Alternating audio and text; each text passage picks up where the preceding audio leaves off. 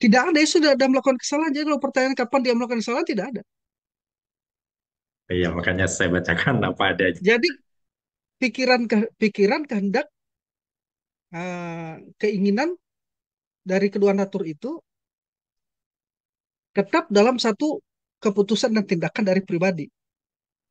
Kristus memiliki natur Allah, 100% Allah yang sempurna dan juga manusia yang sempurna.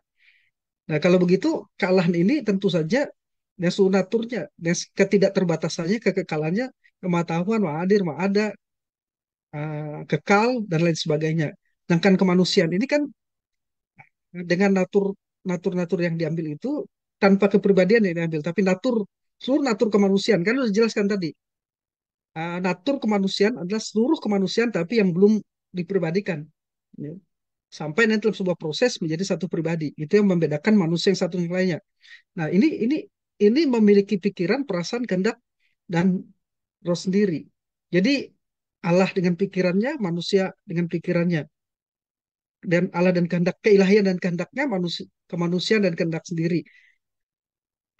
Keilahian dengan emosinya dan kemanusiaan ini bermuara, ini kemudian disatukan dalam satu pribadi. Jadi walaupun punya dua pikiran, punya dua kehendak, punya dua emosi, tetap keputusan dan tindakan adalah tindakan satu pribadi. Ya. Tindakan adalah tindakan satu pribadi. Dan karena itu dalam aktusnya, ya, Yesus tidak bisa, tidak memiliki potensi berdosa karena dia bagaimanapun, uh, dalam satu pribadi ini natur Allah tidak mengizinkan dia punya potensi itu, gitu.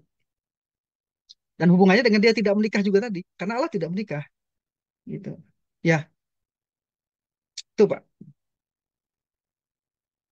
Iya, baik. Terima kasih, Pak Sep.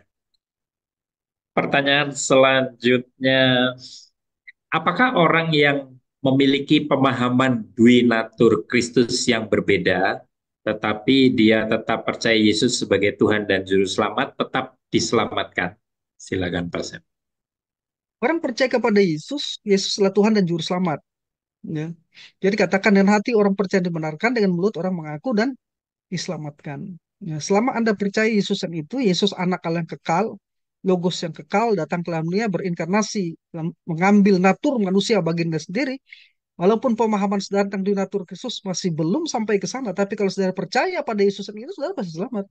Walaupun Anda belum paham doktrin Trinitas, walaupun Anda belum paham doktrin dui natur Kristus, selama Anda percaya kepada Yesus yang diberitakan, bukanlah Yesus yang diajarkan oleh saksi Yehova, bukan Yesus diajarkan uh, oleh Mormonisme misalkan, ya, dan di bidat-bidat lainnya, selama Anda tidak selama Anda tidak menerima Yesus yang seperti itu, tapi percaya bahwa Yesus adalah anak Allah yang kekal, pribadi kedua Trinitas, Logos yang mengambil natur manusia, jadi satu dalam satu pribadi Yesus Kristus, selama sudah percaya dengan hati, saudara dibenarkan, dengan mulut saudara mengaku saudara diselamatkan, saudara diselamatkan.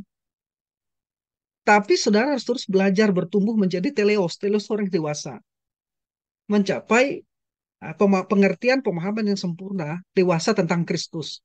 Jadi setiap orang Kristen harus dimuridkan, ya, dan pengertian karena inti dari murid itu adalah belajar dan mau diajar, ya, itu. Ya, baik. Terima kasih, Pak Sep. Pak Pendeta, jika ada ajaran sesat muncul di era modern ini, misalnya ajaran Pak Erastus, Suento, dan sebagainya, ada Romo di gereja Ortodoks yang berpendapat bahwa untuk membuat konklusi atas ajaran yang muncul itu harus diadakan konsili. Bagaimana pendapat Pak Pendeta? Silakan Pak Sep. Ya kalau ada yang berinisiatif, ya saya juga hadir nanti gitu. Kenapa tidak? Iya, Pak. Hmm. Kenapa tidak gitu ya? Saya hadir gitu. Tapi mengumpulkan orang banyak dan banyak sinode aja di aras-aras selalu tuh di PGI, PGLI dan sebagainya itu kan tidak mudah gitu. Apalagi yang mau dibahas tuh masalah temannya, orang sudah berjasa dengan dia sudah di sekolah S1, S2 dengan diberi beasiswa oleh yang bersangkutan, tiba-tiba yang bersangkutan mau dianatema misalkan. Ada rasa tidak nyaman, mungkin tidak enak begitu kan. Ada unsur politis juga di dalam segala macam gitu. Tapi kalau memang Andin berinisiatif, ya Ars Arsasono berinisiatif, ya kembali kepada menetapkan kembali apa yang ini bersifat primer gitu. Kita semua harus paham, ya Katolik, Protestan, Ortodoks, kemudian semua arus utama di bawah Protes apa sebenarnya di bawah Protestan, ya.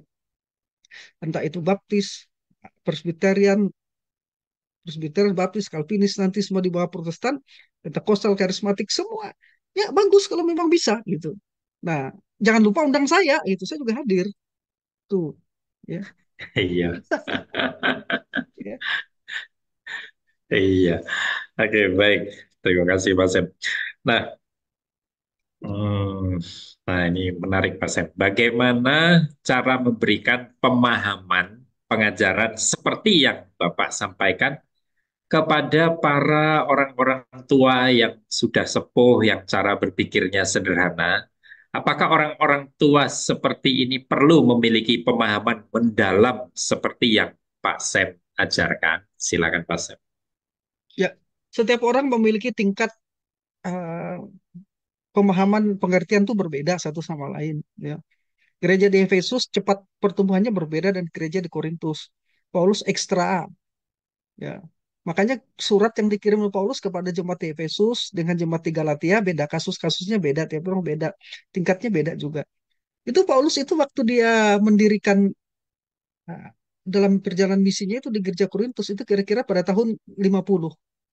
Nah, pada dalam perjalanan misi yang berikutnya pada tahun 55 atau 56 dia datang ke sana, itu masih kanak-kanak, sudah 5 tahun. Maka dia katakan harusnya dari sudut pandang waktu kamu itu bukan lagi anak-anak. Makanan makanan keras kuberikan kepadamu, tapi ternyata tidak, kamu masih minum susu. Jadi rumus pertumbuhan itu kecepatan dikalikan waktu sama dengan pertumbuhan. Kecepatan dikalikan jumlah waktu mereka itu rumus-rumus pertumbuhan di dalam pemuritan. Nah, jadi Paulus sudah cukup sabar begitu. Nah, tentu saja apakah orang-orang Korintus begitu cepatnya berubah, ya tidak. Tapi setidaknya kita beritahu inilah kebenaran itu. Masalah penangkapan tiap orang berbeda satu dengan lain, kita tidak bisa memaksa gitu. Ya, itu, ya. Tapi berharap generasi-generasi yang tua, jangan kan generasi tua, generasi muda pun kadang-kadang tidak bisa menangkap gitu, ya. Karena penangkapan orang berbeda. Jadi bukan hanya generasi tua saja. Nah, dalam hal ini kita cukup tegas, tapi kita juga belajar sabar. Karena suatu saat kita juga akan menjadi tua, toh. Ya kadang-kadang Ya, Pak. kalau tidak demensia, ya kalau kita kena kena kena ada orang yang kena demensia, ya, Iya. ribet. Nah, diajarkan dia nggak bisa menangkap juga. Sama dibutuhkan kasih, kesabaran. Maka tadi saya katakan dalam hal yang esensial kita harus tidak boleh toleransi, tapi dalam hal yang sekunder, dalam hal yang tidak primer, dalam hal yang sifatnya tidak esensial, kita memberikan ruang untuk perbedaan satu sama lain. Tapi dalam segala hal kenakan kasih, karena kasih berada di atas segalanya. Belajar banyak ini ya malam hari ini. Oke, baik Pak Sem. Pertanyaan selanjutnya. Waktu Yesus di Getsemani, kenapa Yesus merasa begitu berat sampai keringatnya seperti darah? Dan waktu Yesus disalib, mengapa Tuhan Yesus berkata, Allahku, Allahku, mengapa engkau meninggalkan aku? Silakan Pak Sem. Ya, ya, ini sebenarnya juga sudah pernah kita jawab, Pak, ya di malam evangelisasi ini. Tapi karena yang bertanya berbeda, akan kita jawab. Ya, Yesus memiliki natur kemanusiaan dan natur kemanusiaan ini dengan segala kelemahan-kelemahannya. Jadi kita makan, kita minum, kita tidur itu adalah kelemahan-kelemahan kemanusiaan, tapi bukan keberdosaan. Kelemahan tidak sama dengan keberdosaan, Pak. Kita bisa menangis, kita bisa sedih, itu loh bagian dari natur kemanusiaan yang terbatas dan lemah ini. Apa namanya? Tapi itu bukan bukan kita lapar kita makan itu bukan berdosa, tapi bagian dari kelemahan kita. Sebab kalau kita lapar kita tidak makan kita sakit, Pak. Itu namanya bagian dari kelemahan-kelemahan. Tapi kelemahan-kelemahan itu bukan dosa, ya. Itu namanya kelemahan dari natur kemanusiaan kita. Dalam pribadi, nah, dalam keputusan kehendak itu sama jawaban saya seperti tadi, baik di kayu salib maupun di Getsemane itu. Nah, pribadi itu tidak mengizinkan natur keilahian ya untuk membebaskan natur kemanusiaan dari penderitaan dan dari kematian. Gitu. Jadi keputusan pribadi itu sama bahwa keilahian ya tidak diizinkan untuk menolong natur kemanusiaan, mengurangi rasa sakitnya, bahkan membuat dia tidak mati. Tidak bisa-bisa. Tapi keputusan pribadi itu mengatakan tidak.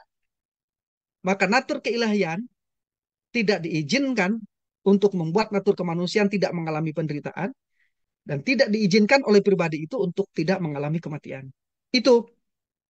Maka Yesus mengalami penderitaan yang berat dalam kemanusiaannya. Karena keputusan pribadi itu, kemanusiaan harus mengalami hal itu. Lalu kenapa dia berseru Eli Eli lama sabachthani? Sebagai anak Allah yang kekal tentu saja Yesus tidak pernah kehilangan Allah. Dia tetap bersatu dengan Allah. Kita kembali kepada ekstra kalpiniktikum tadi, mengajarkan bahwa walaupun dia dia turun berinkarnasi, tapi dia tidak pernah meninggalkan surga karena dia Allah yang hadir.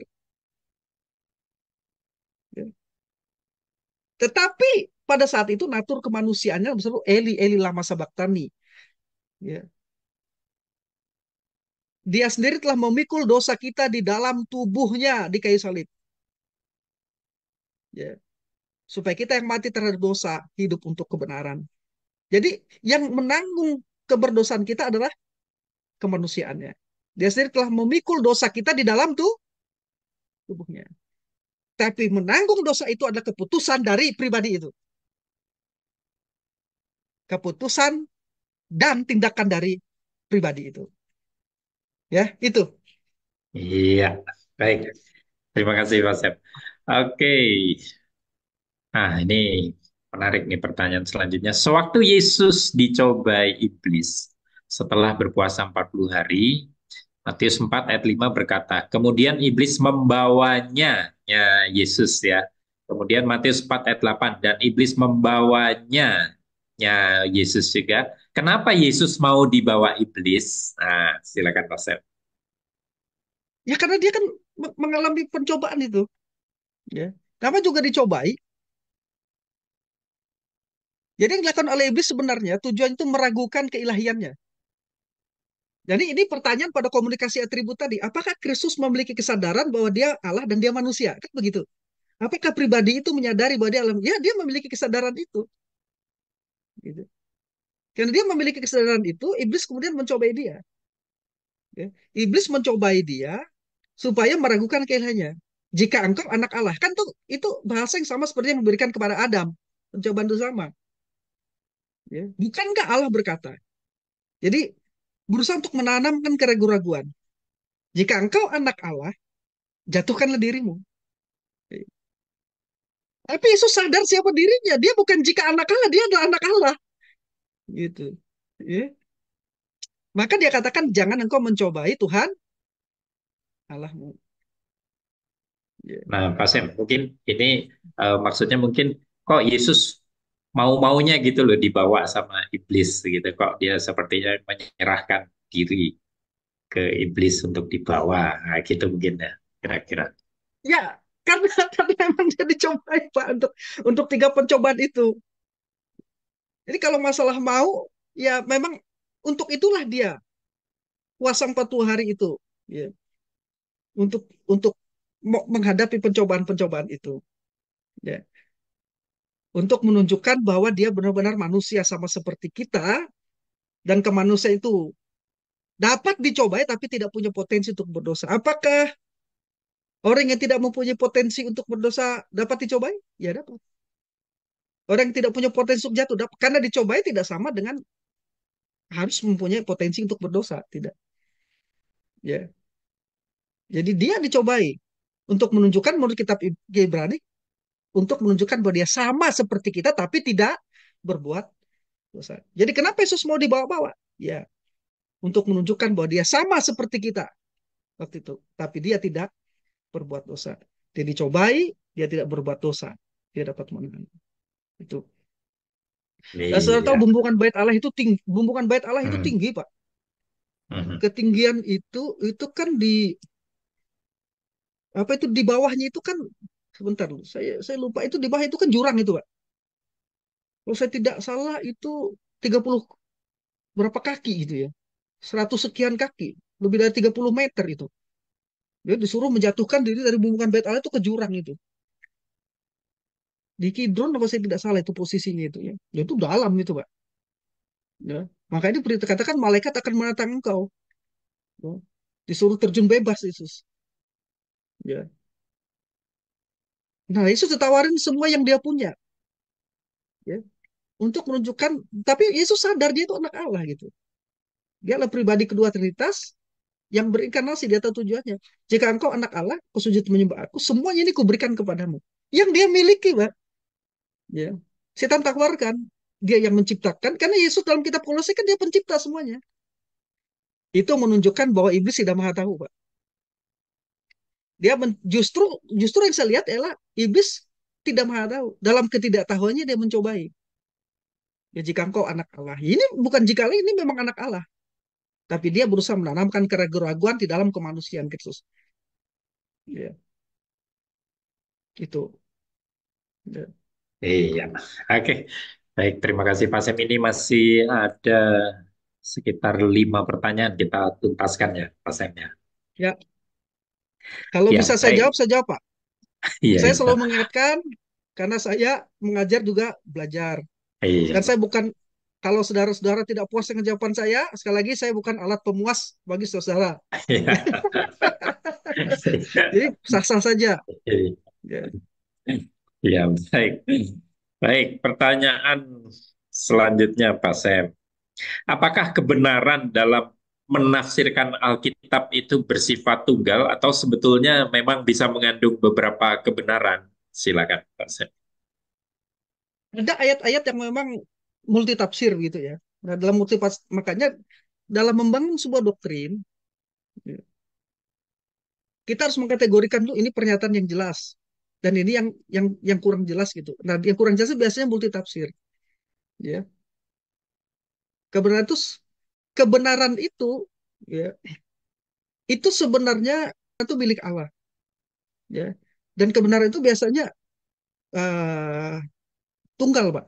Ya, dalam pemahaman saya kebenaran itu tunggal, tapi untuk mencapai itu orang bisa saja memiliki cara yang berbeda. Misalnya, untuk mendapatkan angka 10, orang bisa saja 5 tambah 5 jadi 10. Atau 2 kali 5 sama dengan 10, Pak. Tapi 10 itu sendiri yang merupakan kebenaran itu sendiri tunggal, Pak. Ya. Tapi orang mencapainya itu bisa saja dengan jalan yang berbeda. Apakah dia dengan perkalian, dengan penambahan, atau dengan pembagian? Boleh saja dengan menggunakan matematika. Jadi menafsirkan menafsirkan satu kebenaran itu bisa dengan berbagai macam cara, bisa dengan berbagai cara, tapi kebenaran itu sendiri absolut. Ya, itu Pak. Ya, baik. Sama seperti Terima ini misalnya Pak. hmm, Uh, saya merasakan es itu kan yang namanya es itu kan selalu dingin Pak. iya, Ya, Pak. jadi kalau ada orang mengatakan saya menemukan es kok panas ya, nah itu bukan es Pak. Iya, Pak. Itu Parah bukan itu, es. ya, Pak. Ya. Tapi kalau dia menemukan es, entah itu di kulkas, entah itu di kutub utara, ya tetap dingin, Pak. Esensi dari es Iya. itu dingin, gitu, Oh, Pak. Tapi entahkah dia dapatkan di kulkas atau dia dapatkan di kutub, Pak. Hujan salju, misalkan, hujan es, ya tetap, Pak, dingin, Pak. Gitu. Ya, itu esensinya, Pak. Kebenaran itu absolut, Pak. Ya. iya. Baik. Cuman cara Terima menemukan kasih. kebenaran itu ada Aha, berbagai macam cara. iya. Ya. Ya, terima kasih, Pak Sem. Oke, selanjutnya Pak Sem. Tadi Pak Sem, kalau tidak salah, mengatakan bahwa Tuhan menciptakan manusia tidak dengan natur dosa. Lalu mengapa manusia Adam dan Hawa akhirnya jatuh juga dalam dosa? Silakan Pak Sem. Ya, manusia memang ciptakan dosa itu kan bukan natur manusia, Pak. Dosa itu kan ada akibat kejatuhan. Ya. Sama seperti kalau kita begini, saya kasih contoh. Kalau kita menemukan lubang di sebuah tanah, saya mau tanyakan, apakah lubang itu natur dari tanah, Pak? Tidak. Lubang itu karena ketiadaan tanah di situ, Pak. Tapi lubang itu sendiri bukan natur dari tanah, Pak. Lubang itu karena ketiadaan tanah. Ya. Nah, manusia diciptakan bukan dengan natur dosa, ya. Bukan dengan natur dosa, ya. Tapi manusia diciptakan dalam keadaan di mana dia belum apa istilahnya, istilah Profesor Reiri itu kekudusan yang pasif, ya, belum diuji gitu. Makanya dia diuji itu masalah kepercayaannya, ya. Kejatuhan itu karena ketidakpercayaan, Pak. Maka keselamatan itu harus karena kepercayaan, harus pembalikan dari penyebab kejatuhan. Jadi ada yang mengatakan sebenarnya Hawa dan Adam dan Hawa itu jatuh karena memakan buah. Memakan buah itu dampak dari ketidakpercayaan, Pak, sebenarnya. Ya. Karena mereka tidak percaya, Tuhan mengatakan kalau kamu memakannya, kamu akan seketika mati. Mereka tidak percaya. Jadi Adam dan Hawa itu jatuh bukan karena memakan buah, Pak, tapi karena ketidakpercayaan. Ketidakpercayaan kepada firman Allah, lalu memakan buah itu. Memakan buah itu akibat dari ketidakpercayaan itu. Itu sebenarnya. Makanya keselamatan itu sebagai pembalikan harus karena kepercayaan, karena iman. Ya, itu. Ya, jadi manusia memang diciptakan tidak dengan natur keberdosaan. Ya. Karena keberdosaan itu adalah akibat dari kejatuhan. Sama seperti pasir, lubang di pasir di tanah, ya, bukan lubang itu sendiri bukan natur dari tanah itu. Lubang itu ada karena tidak ada pasir di situ, Pak. Begitu ditutupi dengan pasir, lubangnya hilang. Itu, Pak. Nah, Iya. jadi lubang itu bukan natur, bukan esensi dari tanah itu sendiri. Kalau saudara kalau saudara lihat ada lubang di tanah, saudara harus ingat, menurut Pak Samuel, lubang itu sendiri bukan esensi dari tanah itu, bukan natur dari tanah itu. Nah, dosa itu seperti itu. Sama seperti kejahatan, karena tidak adanya kebaikan, Pak. Orang pada bisa, apa itu kejahatan? Kejahatan dan pencurian, pembunuhan, itu akibat, Pak. Tapi kejahatan adalah ketika ketidakadaan kebaikan di sana. Itu. Itu Iya. kata filsuf Norman L. Glaser yang sudah kita bagikan Mhm. bukunya, 4 volume itu, Pak. Ya. Nah, itu. Oke. Ya, baik. Terima kasih, Pak Zep. Oke, masih ada 3 pertanyaan ini ya. Batasan-batasan yang ditetapkan oleh bapak-bapak gereja itu kan juga merupakan interpretasi juga kan, Pak? Nah, kalau sudah dibuat batasan, berarti sudah menutup pintu dengan interpretasi yang lain dong, Pak. Silakan, Pak Zep. Iya, memang menutup interpretasi atas penafsiran yang salah. Selama itu benar, ya, batas itu tidak menutupi apapun gitu. Tapi interpretasi yang salah pasti akan menabrak itu. Ya. Nah, makanya Konsili Kalsedon itu memberikan kebebasan tapi juga batasan. Gitu. Oh, ini begitu Anda melanggar batasan itu, pasti jatuh ke ajaran sesat. Sementara terhadap penafsiran-penafsiran lain silahkan saja gitu. Tapi itu batasan terkait dengan natur itu. Karena begitu Anda melanggar batasan-batasan itu langsung jatuh entah itu ke Apolinarianisme, Arianisme, kemudian Nestorianisme, Eutychianisme. Dan itu adalah penyimpangan dari kebenaran Alkitab, Pak. Bagaimanapun dia menafsirkan, itu akhirnya merupakan ketidakbenaran dalam penafsirannya. Nah, itu masalahnya. Tapi dia merasa penafsirannya benar. Nah, itu. Ya. Iya. Oke, baik. Terima kasih, Pak Zep. Pertanyaan selanjutnya, Pak Zep, mohon maaf sebelumnya. Walaupun Yesus tidak menikah, apakah Yesus secara manusia juga memiliki hasrat secara seksual? Silakan, Pak Zep. Nah, begini, Pak. Apakah seks itu dosa? Itu pertanyaannya. Yang lebih penting dulu. Sebelum saya menjawab pertanyaan itu. Apakah seks itu dosa? Tidak. Seksualitas itu bukan dosa. Hmm. Seksualitas itu bukan dosa. Yang menciptakan gender laki-laki dan perempuan itu kan Allah. Dan menciptakan lembaga pernikahan. Yang dosa itu pornea, pencabulan, moke ya, pornea, pencabulan dan perjinahan. Moke ya, itu dosa. Perjinahan adalah antara orang yang bukan pasangannya. Pasangannya. Tapi kalau percabulan itu bisa melibatkan orang yang belum menikah. Baik baik mokeya maupun pornea. Nah, pornea itu sangat dilarang, tidak mendapat bagian dalam kerajaan surga. Tapi seks dan seksualitas itu bukan dosa. Seks itu dikuduskan di dalam pernikahan. Kalau saya punya hasrat seksual dan saya selesaikan dengan istri saya, apakah berdosa? Tidak. Nah, apakah memiliki hasrat seksual itu dosa? Itu kan pertanyaannya. Karena itu diberikan Allah kepada kita. Saya tertarik dengan seorang wanita, dan itu menjadi istri saya ada masalah. Yang salah ialah kalau saya memandang wanita lalu mengingininya, lalu menginginkan sampai dalam hayalan itu berhubungan seks dengan dia, itu dosa. Belum melakukan mengingini itu sudah dosa, Pak. Tapi memandang perempuan saja tidak masalah. Kalau saya tidak bisa memandang perempuan, Pak, saya tidak bisa melihat Ibu Roska berarti di sini. Tidak bisa melihat Ibu Mariana Mariana Barus seperti nggak boleh. Nah, interpretasinya belum sampai, ya, karena memandang perempuan dan mengingininya. Jadi berkayal sampai kepada tingkat ingin melakukan hubungan seks pada orang itu, ya bersama orang itu dosa. Belum melakukannya sudah, Pak. Nah, tapi hasrat seksual itu memang diberikan Tuhan di dalam diri kita, dikuduskan pada pasangan yang sah di dalam Alkitab. Ya, jadi masalah apakah Yesus memiliki hasrat atau tidak, itu bukan masalah persoalannya, Pak. Persoalannya adalah apakah memiliki hasrat seksual itu dosa atau tidak, itu masalahnya. Kalau itu tidak dosa, kalau Yesus mempunyai hasrat itu berarti tidak masalah. Itu Pak sebenarnya isunya. Nah, saudara bisa jawab sendiri dong. Ya. Iya. Kalau Oke. hasrat seksual itu Hmm. dosa, maka natur keilahiannya tidak mengizinkannya, Pak.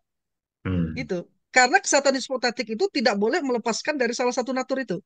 Iya, iya. Natur kemanusiaan tidak pernah lepas dari natur keilahian. Salah satu-satu.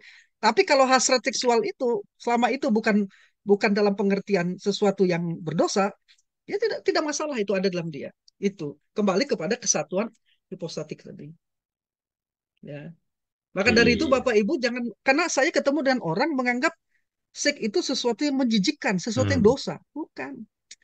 Malah dikatakan di dalam kitab, di buku saya, Jalan Menuju Pernikahan Rumah Tangga Bahagia, itu saya melihat, memaparkan apa yang Salomo, bersukacitalah dengan istri masa mudamu.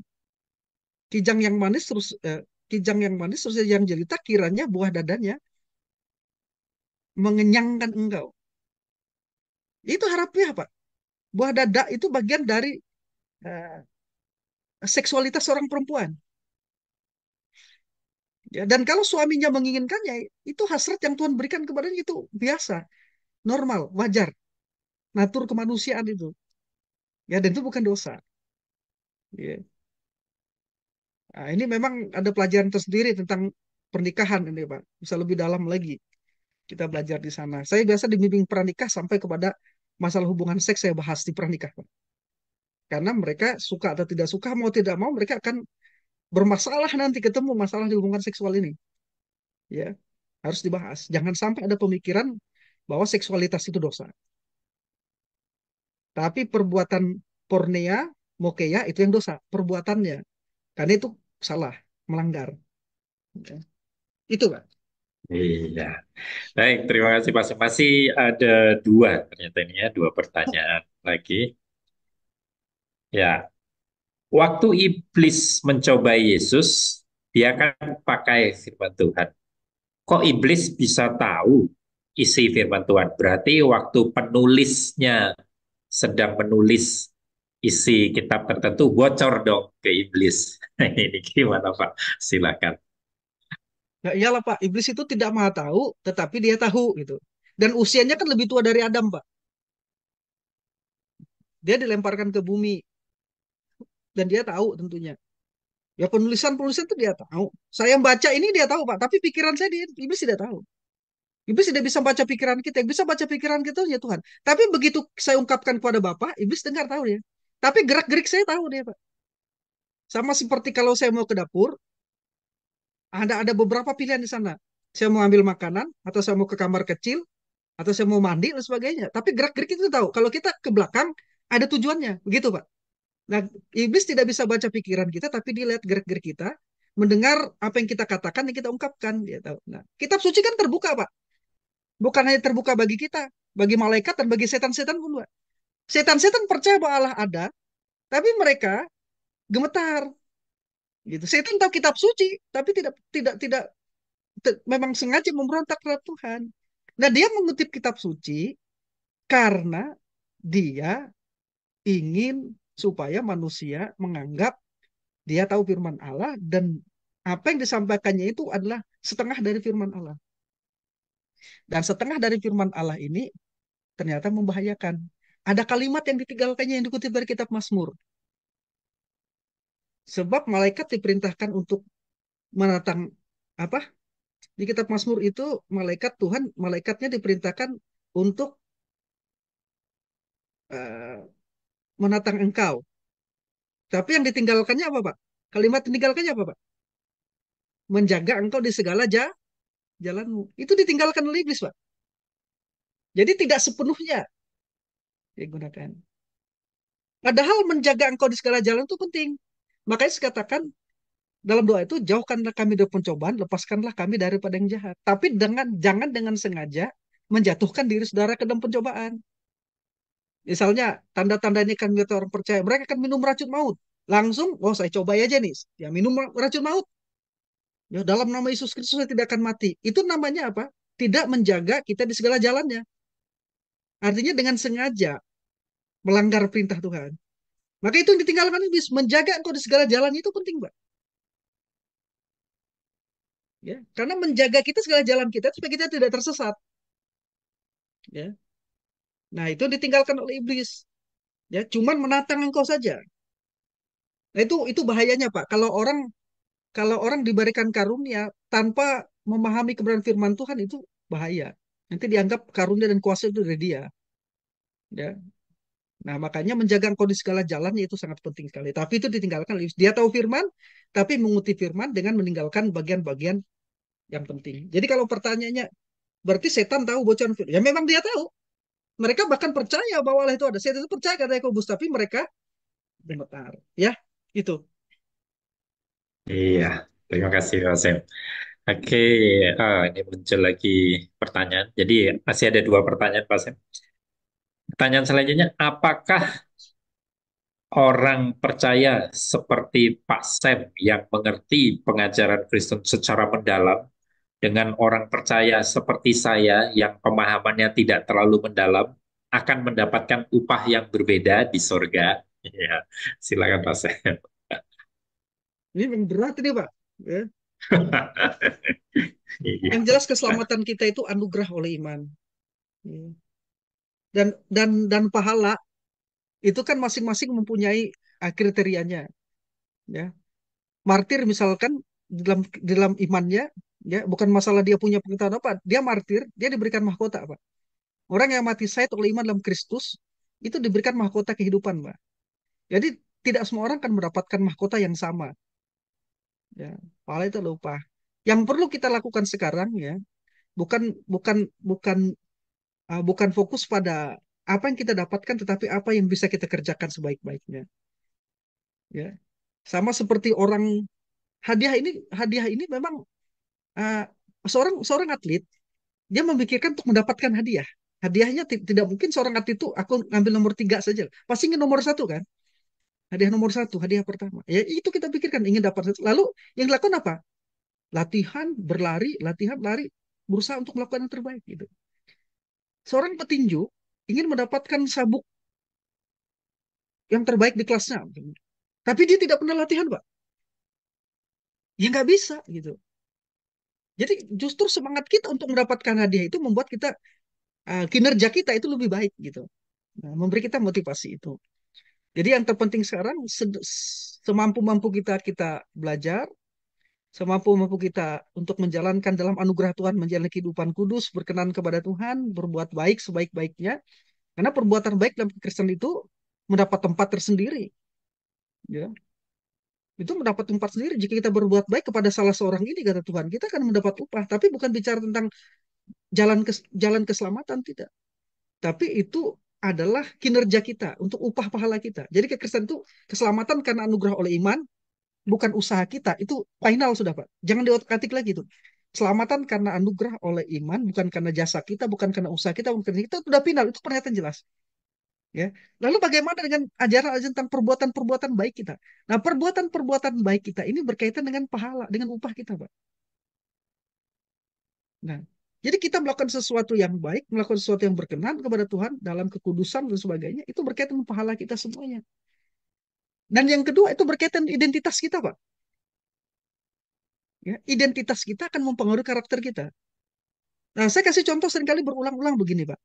Kalau kita sebenarnya, kalau kita berstatus sebagai mahasiswa dari satu universitas. Nah, mahasiswa dari satu universitas itu, eh, dia punya alma mater, jas alma mater. Misalkan dia jas alma maternya kuning. Ya, tiap hari dia datang ke kampus, kuliah pada jam-jam yang ditentukan. Ya. Kenapa dia bisa menggunakan jas alma mater itu? Kenapa dia bisa masuk pada jam-jam kuliah itu? Karena identitasnya sebagai mahasiswa. Dia terregistrasi di sana, Pak. Terregistrasi sebagai mahasiswa di sana. Nah, lalu datanglah orang yang bukan mahasiswa itu, Pak. Dia datang ke sana, tapi dia bukan mahasiswa. Dia datang ke sana pakai baju yang sama, jas yang sama. Ya bisa. Ya, tapi ternyata dia bukan bisa, Pak. Nah, perbuatan baik itu bisa digambarkan seperti itu, Pak. Ya. Jadi apakah orang yang tidak diselamatkan bisa berbuat baik? Bisa. Ya. Tapi identitasnya belum diselamatkan, Pak. Ya. Nah, kita sudah diselamatkan. Ya. Perbuatan baik kita itu menunjukkan identitas kita bahwa kita inilah anak-anak Allah di dalam Yesus Kristus. Ya. Nah, itu sebenarnya perbuatan-perbuatan mengikuti identitas kita dalam Kristus. Nah, total depravity itu menyatakan bahwa manusia ini sudah rusak seluruhnya. Nah, pikiran, kehendak, emosinya, semua aspek-aspek dari natur manusia itu sudah rusak. Tapi bukan berarti gambar Allah dalam diri manusia itu lenyap sama sekali. Tapi itu tercoreng. Nah, inilah yang dipulihkan. Imago Dei itu berarti pemulihan kembali gambar Allah di dalam diri kita yang sudah tercoreng yang rusak itu. Ya. Nah, jadi kita kembali kepada natur kehidupan baru yang telah Tuhan berikan kepada kita. Jadi perbuatan-perbuatan baik itu satu sebagai uh, tanda dari identitas kita yang baru, yang kedua untuk kita mendapatkan pahala-pahala kita. Sama sekali tidak ada hubungannya dengan untuk mendapatkan keselamatan. Tapi dalam rangka kerjakanlah keselamatanmu di dalam takut akan Tuhan. Itu dengan takut dan gentar. Itu Pak. Iya, baik. Terima kasih Pak Sem. Pertanyaan terakhir ini Pak Sem.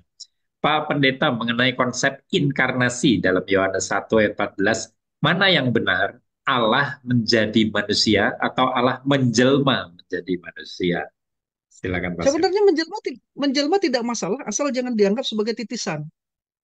Ya, tidak masalah. Tapi Allah menjadi. Tapi kata menjadi itu kan seakan-akan berubah begitu. Kata menjelma seakan-akan titisan kan Hmm, begitu. Ya. Jadi eh, in dan karena ya di dalam daging. Ya, inkarnasi. Ya. Jadi kealahan itu tertutup dalam kemanusiaan. Itu kenonis itu mengosongkan dirinya. Tapi apakah dia kehilangan kalanya? Tidak. Tapi di, tapi ditutup tidak terlihat. Ini inkarnasi itu. Jadi diterjemahkan Allah menjelma atau Allah menjadi manusia. Yang penting dalam pemahaman kita ketika kita bicara tentang menjelma atau menjadi, kita tidak boleh memahaminya sebagai titisan atau perubahan. Allah berubah seakan-akan berubah menjadi manusia. Lah, Allah kan tidak bisa berubah, Pak. Langsung bertentangan dengan sifatnya. Lah, kalau kita Allah menjadi, ya berarti seakan-akan ada perubahan tuh. Tapi kalau Allah menjelma seakan-akan ada penitisan, titisan. Nah, yang penting kita memahami kata menjelma dengan menjadi itu dalam makna apa dulu. Ya, itu saja pemahaman saya yang penting itu. Bagaimana kita memahami makna kedua kedua kata itu baik menjelma maupun menjadi. Yang menjelma bukan dalam pengertian titisan, yang menjadi bukan berarti Allah berubah. Karena dalam naturnya Allah tidak pernah berubah. Jadi inkarnasi itu adalah uh, pribadi kedua identitas mengambil natur manusia bagi dirinya sendiri. Nah, kalau pemahaman seperti itu, baik kata menjadi maupun menjelma tidak jadi masalah, Pak. Bisa menangkap ini maksudnya ya. ya, baik Pak. Jadi no problem ya Pak, ya. Asal pemahamannya It- benar it- itu gitu sama ya. seperti itu sama seperti kata prosopon dengan kata hipostatis, Pak. Hmm, Dalam bahasa Yunani, prosopon sama hipostatis kan bisa ditukar tempatkan. Itu menjelma, ya, menjadi. Ya silahkan saja. Yang penting konsepnya itu, Pak. Konsep iya, pemahaman di balik kata-kata itu. Bukan penitisan, bukan perubahan. Ya, kalau penitisan bukan. Kalau perubahan malah tidak pernah berubah. Ya, bahaya itu. Ya kalau pemahaman seperti itu. Pokoknya yang dimaksud dengan inkarnasi itulah pribadi kedua, logos yang kekal, pribadi kedua dari Trinitas, yaitu anak Allah yang kekal, mengambil natur manusia bagi dirinya sendiri tanpa kehilangan natur kealahannya. Itu. Nah, kalau kita memahami itu sudah. Iya. Kalau pakai kata berinkarnasi mungkin paling aman itu ya. Ya, inkarnasi saja, Pak. Iya, iya, iya. Baik. Oke, baik. Terima kasih Pak Sem. Ini sudah, ya, sudah selesai. Sudah habis Ya, pertanyaannya. Terima kasih banyak Pak Sem untuk ya, mulai dari awal sama-sama. sesi pemaparan bahkan dari sesi apa part 1 ya sampai part 4 sekarang ini luar biasa dan terima kasih untuk sesi tanya jawabnya yang juga luar biasa membuat kami semua belajar banyak. Ya, sekali lagi Saya juga terima berterima kasih. Saya juga hmm. berterima kasih, Pak, karena tidak bosan-bosannya mengundang saya mendengarkan suara saya. Dan saya juga Nggak banyak apa, belajar dari pertanyaan-pertanyaan itu. iya nggak bosan kok Pak. Kita senang ya Silakan, Pak, belajar. lanjut. Iya, oke Ya, baik. Silakan Pak Thomas mau ya, baik. sampaikan sesuatu. Baik, Pak Sem. Terima kasih banyak untuk pelayanannya. Ini seperti sebelum-sebelumnya, kita akan coba beri kesempatan kepada rekan-rekan yang mau berinteraksi langsung, seperti Pak Ovili atau yang lain-lainnya. Tapi sebelum kita beri kesempatan, kalau seandainya ada di antara peserta yang ingin memiliki keempat materi, 4 sesi itu, bisa kembali menghubungi kita ya. Seandainya ada yang belum lengkap sesi 1, 2, 3, dan 4, bisa menghubungi admin kita dan admin akan mengirimkan keempat sesi materi yang sudah disampaikan oleh Pak Samuel ya. Mungkin nanti berikutnya akan ada lagi topik-topik baru Pak Sem yang kita akan Ya, minta Pak Sem siap. menjelaskan. Oke,